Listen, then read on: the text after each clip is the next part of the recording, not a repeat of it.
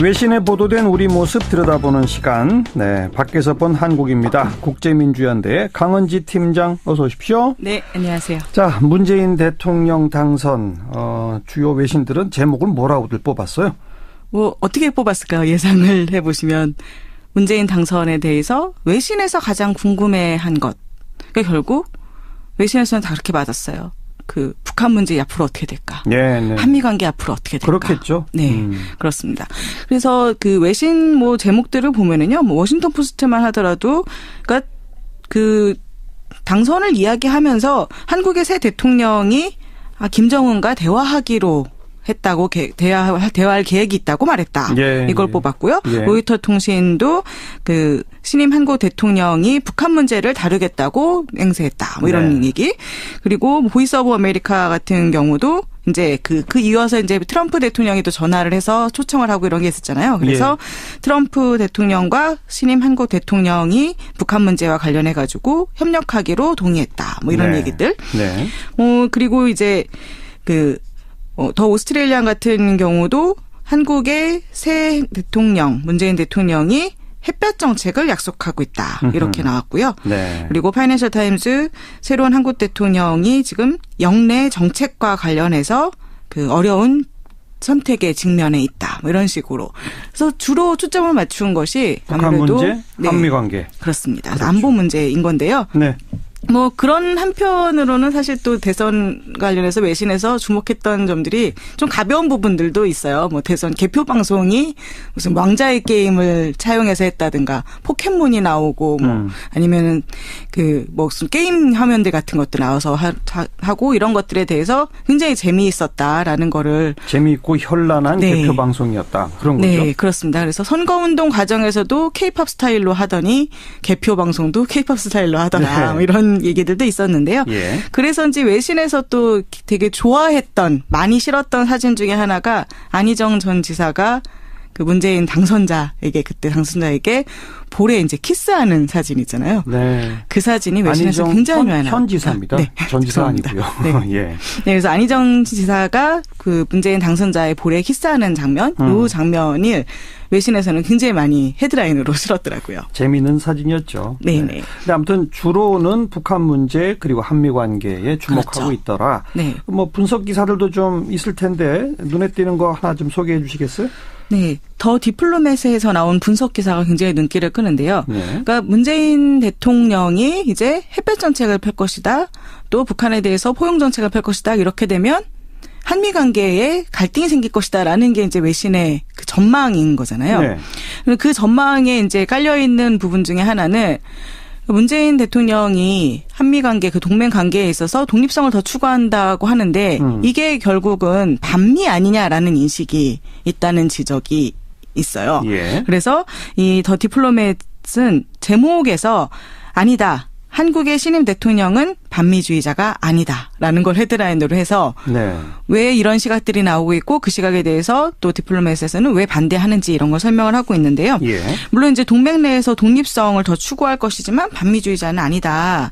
북한 문제에 대해서 다른 정책을 펼칠 것은 확실하고 그렇죠. 다른 시각으로 북한 문제를 보겠지만 예. 그렇지만 그 문재인 대통령이 선거 기간에도 그렇고 계속 그 표명했던 의견이 한국이 지금의 국가 안보를 구축할 수 있었던 거는 미국 덕분이다.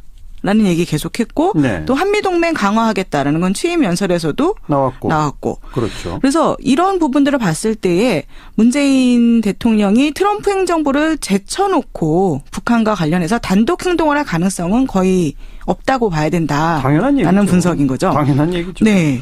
그래서 근데 그럼에도 이제 불구하고 이제 지금 상황을 보면 현재 트럼프 행정부와 문재인 행정부 하에서 그 한미 관계, 남북 관계는 어떻게 보면 2000년대 초반의 형상으로 돌아갈 가능성도 있다는 예측이 나와요. 예. 그래서 2000년대 초반이라고 하면은 그때가 이제 북한은 이제 핵확산 금지 조약에서 탈퇴하고 그리고 부시 행정부가 북한을 악의 축의 하나로 규정을 하고 그렇죠. 그런데 한편으로 그때가 또 한국에서는 햇볕 정책이 본격적으로 시행되고 있던 때였잖아요. 네, 그래서 네. 한국과 미국 그리고 북한 사이에 굉장히 그 혼선이 있고 갈등이 있었던 때였는데 그런데 이런 상황으로 갈 수도 있다라는 우려가 있다. 그런데 그러면 이것이 지금 현재 우리에게 어떤 것을 의미하는가라고 했을 때 디플로맷에서는 일단 문재인 대통령이 자리를 잡을 때까지 시간을 두고 어떤 정책을 펴나가는지 지켜볼 필요가 있다. 예. 이제 첫 번째 시험 때는 아무래도 사드 배치 어떻게 할 것인가가 될 텐데 네. 물론 여기서 이제 사드 배치에 관해서 대선 기간에 했던 입장처럼 반대한다라는 입장을 고수하게 되면 이제 한미 관계 갈등에 들어갈 가능성도 있다. 하지만 최근 자료를 봤을 때 그럴 가능성은 별로 높지 않다라는 게 디플로맷의 분석이었어요. 완전 반대는 아닐 가능성이 좀 낮다. 네. 예. 그래서 노무현 전 대통령 같은 경우는 미국에 굽실거리지 않는 첫 번째 지도자가 되겠다라고 강경하게 나왔는데 문재인 대통령은 그 정도로 극단적으로 나가지는 않았다고 보는 거죠. 네. 그래서 그리고 또 한편으로는 이제 문재인 대통령이 2000년대 초반처럼 그냥 다른 주변 정책 무시하고 햇볕 정책을 막 펼쳐나갈 수 있는 국제 정세가 아니라고 또 얘기를 해요. 그래서 그렇죠. 지금은 이제 국제 제재도 많아졌고 그리고 북한 인권 문제에 대한 관심도 높아지고 그러니까 네. 이런 부분들에 대해서 문재인 대통령도 잘 감안해가지고 주의 깊게 신중하게 움직일 필요가 있을 것이다 라고 이야기를 하는데요. 그래서 이제 문재인 대통령이 미국과 대북 정책에 관해서 허심탄회한 대화를 함으로써 미국이 봉쇄 정책에서 포용 정책으로 조금이라도 움직이도록 촉구해 나가는 이런 태도를 취할 가능성이 높다라고 보는데 마지막 글이 이제 더 의미가 깊은 것 같은데요. 디플로맷에서는 그래서 이제 공은 미국에 넘어갔다라고 이야기를 합니다. 미국의 공이 넘어갔다? 네. 문재인 대통령. 지금 한국인들이 민주적으로 표를 주어서 권력을 준 명실상부한 민주적 대통령이니만큼 예. 이제 그 골치 아픈 북한 핵 문제, 탄도미사일 문제를 한국과 신이 성실하게 대화함으로써 해결할 부담, 그 책임은 미국에 있다는 거죠. 네. 그래서 문재인 대통령이 무슨 한미 관계에 평지풍파를 일으킬 목적으로 한국 대통령에 들어선 것이 아닌 이상은 그러면 미국은 그 호의에 보답해야 하고 한국이 소중하게 여길 만한 파트너로 미국이 계속 남아있을 수 있을 것인지에 대해서 예. 미국이 이것을 입증해야 된다. 그렇죠. 네, 라는 입장입니다. 한국 국민들의 민주적인 선택의 결과 이 남북 관계에 새로운 정책을 제시한 대통령을 뽑은 거잖아요. 그렇죠. 그렇다면 미국도 그 현실을 인정하고 이제 미국이 응답하라. 그렇습니다. 그런 이제 얘기군요. 그래서 이 한미 관계에서 긴장으로 갈 건지 그런 부분에 대해서는 이제 미국이 어떻게 움직이냐에 달린 몫이지 한국 대통령은 그 민주적으로 한국민들의 뜻을 대변하는 그런 사람이다라는 거죠. 또 디플로맷의 이 기사를 트럼프가 꼭 좀 읽어봤으면 좋겠네요. 네. 자, 그리고 문재인 대통령의 당선은 결국 우리 한국 시민들의 힘, 민주주의의 승리다. 뭐 이런 시각들도 많이 나오겠죠? 네. 워싱턴 포스트가 굉장히 재미있는 제목으로 기사를 실었는데요. 뭐라고요? 한국이 전 세계에 민주주의를 어떻게 하는지를 보여주었다. 이야, 좋은 제목이네요. 네. 그래서 지금 이제 서구에서 자유주의적 민주주의가 위기에 처해 있고 그리고 소모적 국수주의의 부상으로 인해서 너무도 절망 속에 있는데 바로 이 가운데에 한국이 시민의 힘이 여전히 살아있음을 상기시켜주는 반가운 소식을 전해주었다. 네. 그것이 문재인 대통령 당선이다라고 설명을 하는 겁니다. 어깨가 으쓱해지는데요. 세계 민주주의에 우리가 모범이에요? 지금 그렇게 얘기를 하고 있는 거죠. 네. 그래서 지금 이제 문재인 대통령에 대해서 10년 만에 맞은 진보적 대통령이고 그리고 그렇게 문재인 대통령이 들어설 수 있었던 것이 바로 변화를 갈망하는 유권자들의 지지를 받았기 때문이고. 그렇죠. 그리고 박근혜 전 대통령에 대한 반대 시위는 이제 한국 사회에 만연한 정경유착 문제에 대한 광범위한 절망과 연결되어 있다라고 이제 전망을 하면서요. 그래서 이런 모습들이 그 한국에서 시민의 힘 민주주의의 승리를 보여주는 것이다라는 거죠. 그래서 물론 이제 이 기사에서도 거기에 더 나아가서는 이제 앞으로는 어떻게 될 것인지에 대해서는 좀 지켜봐야 된다. 뭐 국내적으로 공약을 어떻게 지켜나갈 것인지 또 대외적으로 어떻게 할 것인지에 대해서는 좀 지켜볼 필요가 있다라는 얘기도 같이 하긴 하는데요. 뭐 그럼에도 불구하고 이 지금 문재인 대통령의 당선 자체가 민주주의의 승리다라는 부분에 있어서 그리고 이 부분에 대해서는 이제 워싱턴 포스트뿐만 아니라 더 네이션지도 비슷하게 이야기를 했는데요. 더 네이션의 제목은 뭡니까? 더 네이션지의 제목은요. 한국의 새 대통령은 이 당선 결과가 촛불혁명을 완성하는 것이다라고 말한다. 라고 하면서 촛불혁명의 네, 완성. 그렇습니다. 네. 그래서 이 더 네이션과 이제 인터뷰에서 당시는 이제 문재인 후보일 때인데요. 네. 후보 그 선거 기간에 인터뷰에서 이렇게 얘기했다고 합니다. 이번 선거를 이끌어낸 움직임은 민주주의를 위한 한국의 오랜 여정의 정점이다. 그리고 지금까지 많은 놀라운 성과를 이루었지만 그 어떤 것도 이것 자체로는 시민혁명을 완수할 수 없다. 그런데 촛불운동을 통해서 마침내 이것을 우리가 이루어냈다. 예. 그래서 이번 대선 그리고 이번 민중의 힘은 우리가 자랑스러워해야 할 놀라운 성취이다라고 이야기를 했다고 전하고 있습니다. 어떤 문재인 대통령의 어떤 새로운 모습, 서민과 함께하는 모습 이런 것도 주목하는 외신들이 있죠? 네, 많은 외신에서 다룬 기사들 중에 하나가요. 이제 문재인 대통령이 청와대를 떠나서 광화문 시대를 열겠다라고 그렇죠. 했던 부분, 예. 그 부분에 대해서 굉장히 주목을 했습니다. 그래서 AP통신 같은 경우는요, 이제 청와대 집무실이 박근혜 전 대통령이 제왕적 대통령으로 통치를 했던 그런 상징이라고 표현을 해요. 그렇죠. 네, 그래서 대통령으로서의 주요 특권 중에 하나가 청와대로 여겨졌었는데 이것을 이제 버리기로 새 대통령이 선언을 하고 있다라고 이야기를 합니다. 그래서 청와대 집무실에 대해서 이제 좀 구체적으로 설명을 하고 있는데요. 이제 이 AP통신은 대통령궁이라는 표현을 계속 사용을 합니다. 대통령궁. 네. 예. 그래서 산기슭에 자리 잡은 대통령궁이다라고 이야기를 하고 있고요. 이곳이 이제 독재자의 딸로 이곳에서 자란 박근혜 전 대통령과 긴밀한 관련이 있는 곳이다. 그렇죠. 라고 설명을 합니다. 네. 그리고 이제 청와대를 버리겠다라는 이 문재인 대통령의 계획이 결국 광화문 시대, 즉 낮은 대통령, 서민과 친한 대통령이 되고자 하는 노력의 일환이다라고 네. 설명을 하고요.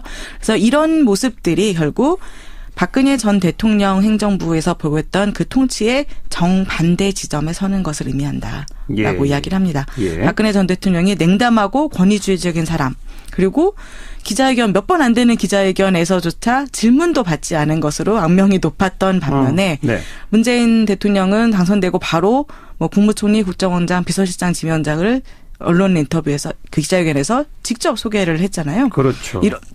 이런 모습들이 다 차별화하는 그런 정책이라고 보고 있습니다.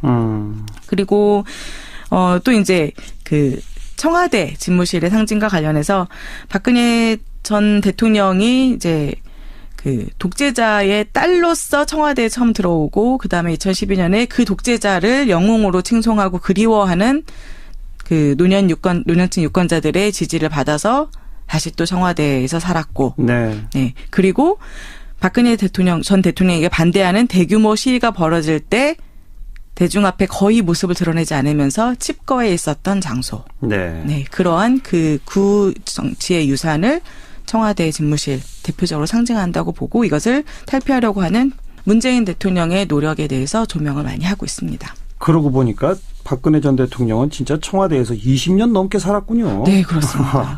그러네요. 청소년기를 다 보내고요. 아니, 새삼스럽네요. 네, 들어왔죠. 자, 또 주목되는 기사 있으면 하나만 더 소개해 볼까요? 네. 근데 이렇게 지금 시민의 힘이 이루어낸 문재인 대통령 당선.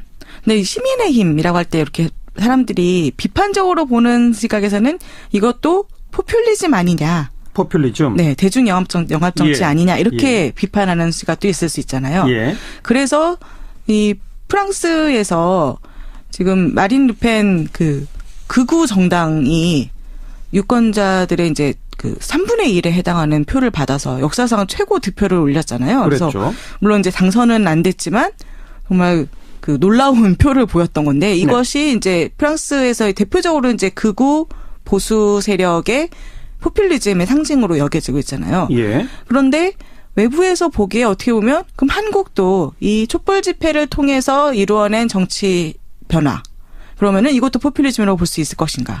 이런 의문들이 나올 수 있죠. 네. 그래서 뉴욕타임즈에서 이 부분을 다뤘는데요. 예.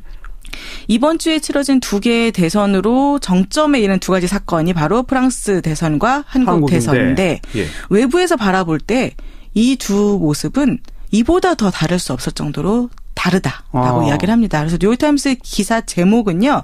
정치 운동이 포퓰리즘일 때와 아닐 때라고 해서 두 가지를 비교를 하고 있어요. 프랑스 마린 르펜의 득표는 포퓰리즘으로 뉴욕타임즈는 그렇죠. 규정한 것이고 네. 한국은 아닌 것으로 규정하나요? 네. 아니라고 이야기를 합니다. 조금 더 설명해 주세요. 네.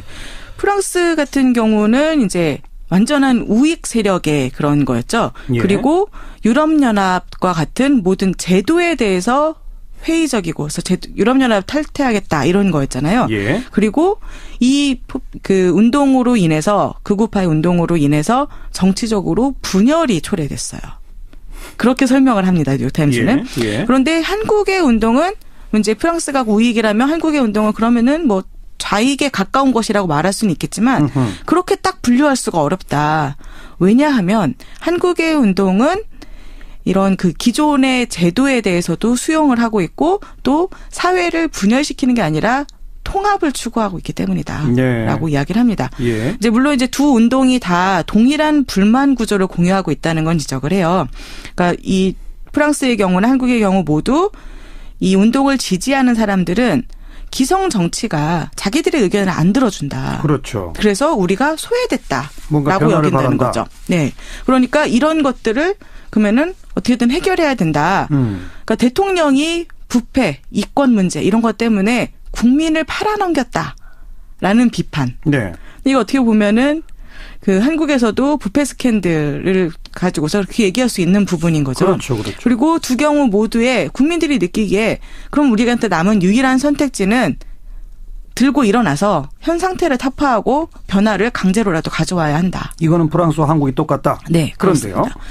그런데 이 저항 운동이 그래서 이런 저항 운동이 그러니까 민주적으로 선출된 정부가 대중의 의견을 제대로 쥐고 가지 못할 때 사람들이 이건 비민주적이야라고 인식하면서 시작되는 경우가 많다. 예. 이런 부분도 이제 프랑스, 한국 같다고 볼 수 있죠. 예. 그런데 문제는 국가가 이 시민을 섬기는 데에 대신에 시민을 소외시켰다는 생각은 공통인데 여기서 달라지는 부분이 시민이 누구냐. 여기서 말하는 시민이 누구냐에 대해서 프랑스와 한국이 달랐다는 거예요. 프랑스의 시민은 누구고 한국의 시민은 누굽니까? 프랑스의 시민은 이민자들에 반대하는 백인 프랑스인들이죠. 그래서 프랑스에서는 시민이라고 할 때 프랑스에서는 어떤 한 특정 사회 집단이 시민으로 규정이 되고 네. 그리고 나머지 사회 집단은 시민이 아닌 것으로 규정이 되는 거죠. 네, 우리가 말하는 시민에 포함되지 않는 것으로. 예. 그래서 선을 긋는 운동이었다는 거예요. 그런데 한국의 이번 촛불 집회는 일단 문제의 촉발점이 된 것이 부패 문제였으니까 이 부패 문제는 모든 사람에게 영향을 미치는 것이고 예. 그래서 모든 사람들에게 공통적인 이해관계를 가지고 있는 것이었다는 거죠. 그래서 한국의 이 촛불 집회는 시민을 모든 사람. 모든 국민. 네, 모든 국민. 네, 네. 정말 소수의 정치 엘리트들 부패에 결탁된 그런 집단을 제외한 모든 국민을 시민으로 규정을 하고 예. 그래서 통합을 추구했지만 알겠습니다. 프랑스에서는 선을 긋고 분열을 만들었다는 거죠. 그래서 바로 이 부분이 포퓰리즘이냐 아니냐를 구분하는 그런 결정적 잣대라고 이야기를 합니다. 프랑스의 대중운동은 분열적 양상을 보이고 그래서 네. 포퓰리즘이고 네, 한국의 대중운동은 통합적 양상을 보였기 때문에 포퓰리즘으로 볼 수 없다. 네, 그래서 뉴욕타임즈는 명확하게 한국의 시위가 사회계층을 넘나드는 통합을 추구했다면 서구의 포퓰리즘은 선을 긋는 것이었고 그렇기 때문에 포퓰리즘이라는 명칭은 한국에는 적용되지 않는다. 라고 결론을 내리고 있습니다. 뉴욕타임즈다운 좀 품격 있는 기사였었습니다. 여기까지 할까요? 수고하셨습니다. 네, 감사합니다. 밖에서 본 한국 국제민주연대의 강은지 팀장이었습니다. 외신에 보도된 우리 모습 들여다보는 시간. 네, 밖에서 본 한국입니다. 국제민주연대의 강은지 팀장 어서 오십시오. 네, 안녕하세요. 자, 문재인 대통령 당선 주요 외신들은 제목을 뭐라고들 뽑았어요?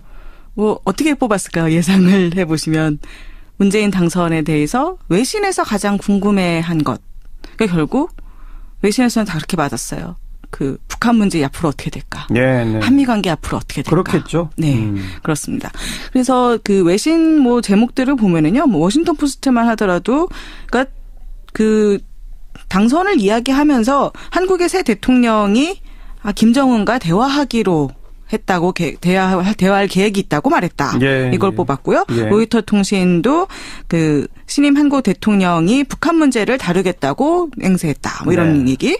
그리고 보이스 오브 아메리카 같은 경우 대통령이 이제 햇볕 정책을 펼 것이다.